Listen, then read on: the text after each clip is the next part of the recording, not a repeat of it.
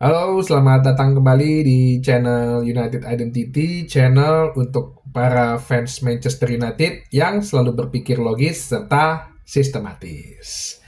Oke, kompetisi udah selesai gitu ya. Gua pengen bahas mengenai dua hal gitu ya. Pertama, gua ada sedikit bahas mengenai apa yang diberitakan oleh Andy Mitten perihal yang dikerjakan oleh Ineos. Jadi Ineos saat ini memang sangat-sangat bekerja keras untuk memperbaiki semua manajemen dan sambil menunggu datangnya CEO baru si Omar Barada per tanggal 13 Juli serta prosesnya Dan Ashworth dari Newcastle. Jadi tiap hari itu katanya ada selalu ada pergantian staff gitu loh.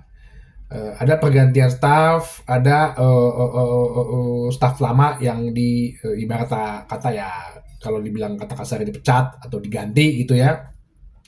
Dan banyak mengganti staff-staff baru gitu. Bahkan si Andy Mitten sendiri bilang katanya ada tuh di tweetnya dia bilang hampir tiap hari gitu itu terjadi ada pergantian staff, ada staff yang keluar, ada staff yang melamar dan ada proses masuk gitu assessment. Dan rata-rata katanya staff yang masuk itu dari Manchester City gitu. Ya wajar aja mungkin karena Omar Barada dari City, biasanya kayak gitu dalam manajemen tuh biasa tuh dalam manajemen perusahaan ya. Ada kepalanya dipindah perusahaan ya biasanya ekor-ekornya ngikut tuh gitu.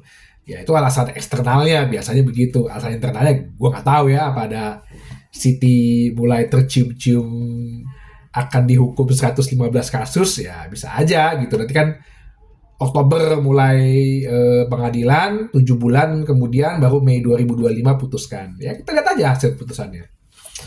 Ya pasal 1 aja Everton kena 10 poin si 10 apa 6 ya? 6 ya? 115 gak kenapa apa gitu. Itu. Jadi Ineos benar-benar bekerja dan ya Andy Mitten juga bilang bahwa ya ini semua proses akan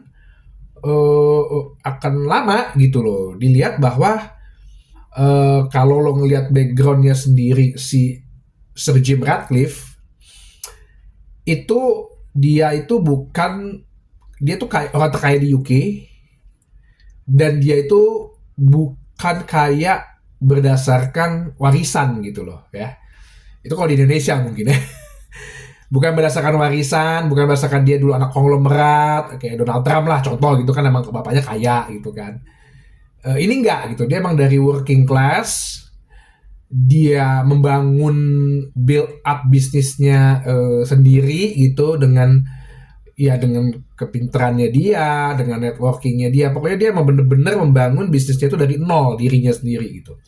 Sehingga ini orang kalau gue lihat juga ya dari sisi bisnis dan manajemen gitu, ini orang memang ya berpengalaman dan tanda kutip sepuh gitu ya dalam urusan memperbaiki sesuatu gitu loh, membangun sesuatu gitu yang dari rusak gitu ya. MU ini kan lagi rusak, udah rusak, ngakuin aja deh Manchester United itu lagi rusak udah. Jadi dia benar-benar berpengalaman untuk membangun sesuatu gitu loh ya. Jadi itu yang dibilang Eddie Mitten bahwa ya dia benar-benar semua lini itu di semua bidang itu benar-benar diperbaikin sama dia. Kalau perlu diganti emang diganti gitu, staff diganti, sistemnya diganti, operasional semua diganti gitu. Filosofi bisa jadi mungkin diganti ya. Dalam arti filosofi secara operasional gitu ya. Kayak contoh dia bilang nggak ada lagi work from home, balik semua ke office. Nah seperti itu. Terus Andy Mitten juga bilang bahwa ya lo buat fans Manchester United sabar aja. Nah untuk urusan manajemen mungkin nanti dulu manajer nih. Hal-hal yang di luar sepak bola dulu nih dibenerin sama dia gitu loh. Dan lu harus bersabar bahwa ya ini prosesnya panjang gitu loh. Emang bener-bener secara organisasi Manchester United keseluruhan ya, nggak hanya soal tim sepak bolanya, itu betul-betul diperbaharuin gitu oleh Sir Jim Ratcliffe. Nah, terus ada juga berseliweran di sosial media gitu ya, gue nggak tahu, belum tahu sih gue bener apa nggak, cuman kayaknya mungkin bener kali ya, bahwa Sir Jim Ratcliffe ini untuk ke tim sepak bolanya setelah dia ngurus tadi manajemennya ya, ke tim sepak bolanya dia menetapkan 5 aturan katanya. Oke, gue coba bahas satu-satu ya. Pertama, untuk signing pemain atau mendatangkan pemain itu tidak lebih dari umur 25. Ini bagus, tapi sebenarnya ini sih dari zaman Sir Alex itu udah berlaku, cuman batas usianya waktu itu 27. Gue inget banget, hanya pengecualian itu pas zaman Van der Sar datang. Van der Sar tuh kan datang udah umur kalau nggak salah 33 deh, ya sekitar 33-34 gitu loh. Karena dia goalkeeper kan posisinya kan, dan memang waktu itu yang ada pilihan lain goalkeeper terbaik siapa. Bahkan yang Berbatov aja waktu itu pas banget sebulan, pokoknya dia di signing itu tuh 1 bulan kemudian atau 2 bulan kemudian itu dia udah 28 gitu, tapi dia pas 27 tuh. Itu Berbatov tuh waktu itu. Semua Bartes juga, Cantona tuh 26 kayak gitu-gitu loh. Jadi emang sebenarnya nggak kaget kalau gue pribadi ya, dan gue udah ngikutin Manchester United itu lama, gue nggak kaget dengan peraturan ini gitu. Dan mungkin diturunin mungkin itu lebih bagus gitu loh, karena banyak sekarang picknya pemain itu udah mulai mendekati 24-25 gitu. Takut harganya ini menjadi mahal kalau dibeli. Jadi kalau misalnya udah pemain atas 25-26 itu kan masa kemasannya dia tuh 26-27 gitu. Itu kan udah mahal harganya. Sedangkan mungkin nih pemain cocok nih dalam skema permainan gitu loh, ya. Jadi S25 is good menurut gua, dan itu sebetulnya adalah pembaharuan dari aturan sebelumnya yang dari 27 menjadi 25. Terus kedua, no Galacticos, dalam arti tidak ada pemain bintang besar yang mau dibeli gitu loh. Makanya ya berhubungan dengan tadi dengan nomor 1 ya, gue kan sejak zaman Sir Alex itu pensiun kan, gue agak bingung juga itu beli Zlatan umur 33 tahun atau 34 ya, ngapain gitu ya, terus beli Cavani 33 gitu. Itu gak worth it gitu loh, paling cuma tunjang waktu 1 tahun 2 tahun gitu. Sama juga dibilang ini juga dengan, makanya nomor 2 ini bilang no Galacticos, gak ada beli pemain-pemain bintang gitu. Kenyataannya pada ininya lo menghasilkan Galacticos nggak berhasil juga kok. Contoh nih ya, Madrid, Florentino Perez dulu waktu zaman tahun 2000-an, dia mau membentuk Los Galacticos. Dia itu sempat sekali doang juara champion 2022 waktu pas Zidane. Habis itu dia puasa gelar tuh champion enggak. Si La Liga juga enggak, 4 tahun atau 5 tahun gitu. Tapi akhirnya dia mulai berubah gitu loh. Gue beli pemain-pemain yang memang udah mulai istilahnya mau flourish. Sebelum flourish gue beli nih, atau pemain-pemain muda. Makanya itu dia beli Ronaldo kan. Terus dia beli Benzema gitu. Dia beli ya ada lah pemain-pemain yang ini, cuman bukan yang pemain-pemain udah mahal bintang terus dibeli disatukan, yaitu Galacticos nggak berhasil. Pada kenyataannya juga sama. Sekarang kan dia beli Vinicius, beli Tchouaméni, beli Camavinga, dan contoh satu laginya ya PSG deh. Galacticos kan nggak berhasil. Dia datangin semua Cavani, Zlatan, Neymar, mana Champions League-nya nggak ada. Jadi no Galacticos menurut gue itu hal yang wajar dan bagus gitu. Ketiga, style of play to be set by technical director Jason Wilcox. Oke, jadi gini, sebenarnya Jason Wilcox ini kan lebih kepada supervisi operasional gitulah. Dalam arti, kita rembukin nih. Sebenarnya bukan dia yang menentukan sih. Jadi gini, dia ngelihat dia udah berdiskusi dengan Ineos, berdiskusi dengan ini apa sih yang selama ini yang menjadi kekuatan Manchester United gitu loh. Ternyata permainan sebenarnya adalah bukan parkir bus, bukan juga positioning tapi transition, ya. Kayak yang kemarin di FA Cup tuh. Itu lebih ke transition gitu, nggak parkir bus. Kalau parkir bus kan lu rapat banget, depannya atasnya depan di garis depan sama garis belakang itu kan jauh gitu, menginikan long ball. Nah ini kan nggak mungkin. Oke, kita punya transisi. Nah ini Jason Wilcox ini bertugas dia memastikan bahwa semua game plan-nya itu berjalan bagus, dijalankan mulai dari youth gitu, mulai dari akademi, mulai dari youth, reserve sampai ke tim utama gitu. Jadi basicnya seperti itu. Sehingga kenapa ada dua hal yang outputnya ya. Pertama, biar pemain-pemain muda ngerti nih cara mainnya gimana. Kayak Barcelona lah, La Masia gitu ya, tiki-takanya gitu loh. Itu kan dia udah tahu gitu. Sehingga pada saat dia nanti promosi ke tim youth, ke tim reserve, terus dia ke tim utama, dia udah terbiasa tuh dengan gaya bermainnya itu. Gitu. Contoh makanya Barcelona kan kayak Gavi, Pedri gitu kan dia udah biasa gitu main kayak gitu kan. Nah ini akan lebih ditingkatkan gitu loh. Nggak, sebenarnya sebelum Sir Alex udah terjadi ini gitu loh. Cuma kan sudah itu kan Sir Alex kan berubah lagi kan. Tiba-tiba Moyes main long ball, tiba-tiba Van Gaal main possession, total football, tiba-tiba si Mourinho main parkir bus. Nah ini yang akan disupervisi ketat oleh Jason Wilcox. Terlebih nanti misalnya kalau ada cedera pemain. Nah ini yang kedua nih outputnya nih. Kalau ada cedera pemain, ada pemain-pemain yang bisa step up gitu loh untuk ngisi kekosongan itu. Dia udah biasa ya, walaupun secara kualitas mungkin dengan tim seniornya masih di bawah. Contoh Liverpool. Makanya kalau ada yang bilang kenapa sih pemain Liverpool aja bisa step up gitu? Ya mereka game play-nya, style of play-nya udah dari akademi, udah dirumuskan dari Klopp datang 9 tahun yang lalu. Jadi ketika ada yang cedera, pemainnya bisa step up, pemain-pemain dari mudanya. Itu masalahnya. Jadi mikir logis dan sistematis, ya. Mau ngomong lo pundit jangan asal nyebut doang gitu.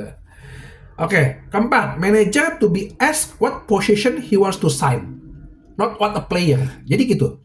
Jadi nggak ada lagi yang tipe-tipe kayak mungkin Mourinho gitu ya, Conte gitu yang gue mau Drogba, gue mau ini gitu. Bukan. Jadi lebih kepada game plan kita kan begini nih. Posisi mana yang kurang? Back kiri misalnya. Back kiri ya, karena ini berkaitan juga nanti dengan yang namanya budget pembelian, budget gaji pemain, ya. Jadi udah nggak ini outputnya ke situ nih. Jadi udah bisa supaya manajemen tuh nggak sembarangan lagi beli pemain, bayar fee gaji yang besar, bayar fee agent gitu.